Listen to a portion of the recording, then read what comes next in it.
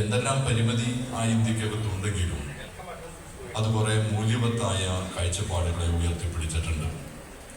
അത് ആധുനിക രാഷ്ട്രസങ്കല്പത്തിൻ്റെതാണ്. നമ്മുടെ സദസ്സ് ഉദ്ഘാടനം ചെയ്യാൻ പ്രിയങ്കരിയായ സഖാവ് വൃന്ദാക്കാര വേദിയിലേക്ക് എത്തുകയാണ്. പ്രിയപ്പെട്ട സഖാവിനെ ഹർഷാരവത്തോടെ നമുക്ക്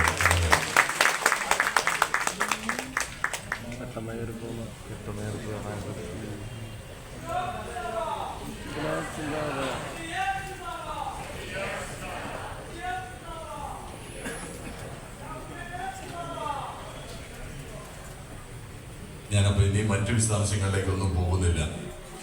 സഖാവിനാണെങ്കിൽ തിരിച്ചു പോകാനുള്ള ഫ്ലൈറ്റ് ടിക്കറ്റ് 8:45 നമ്മൾ മനസ്സിലാക്കിയിരുന്നത് 10:30 മണിക്കാണ് എന്നാണ്. പക്ഷെ അത് നേരത്തെ ആയതുകൊണ്ട് സഖാവിന്റെ പ്രശ്നം കേൾക്കാനാണ് നമ്മളെല്ലാവരും.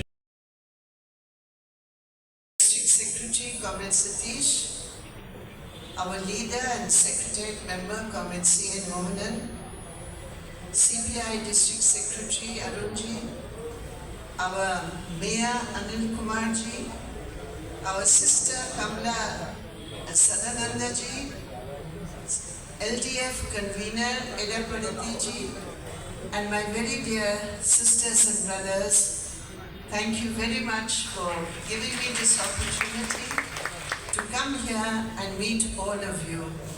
Thank you for inviting me for this convention.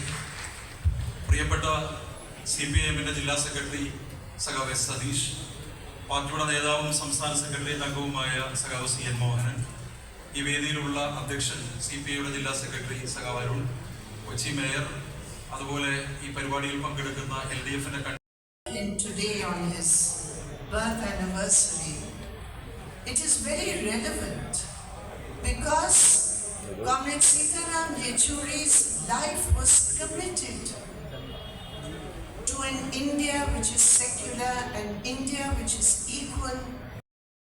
ഒരു ഇന്ത്യ, അതുപോലെ തന്നെ ജനാധിപത്യപരമായ ഒരു ഇന്ത്യ. എന്തിനാണ് ഇങ്ങനെ ഒരു ഇന്ത്യ അദ്ദേഹം കണ്ടത്?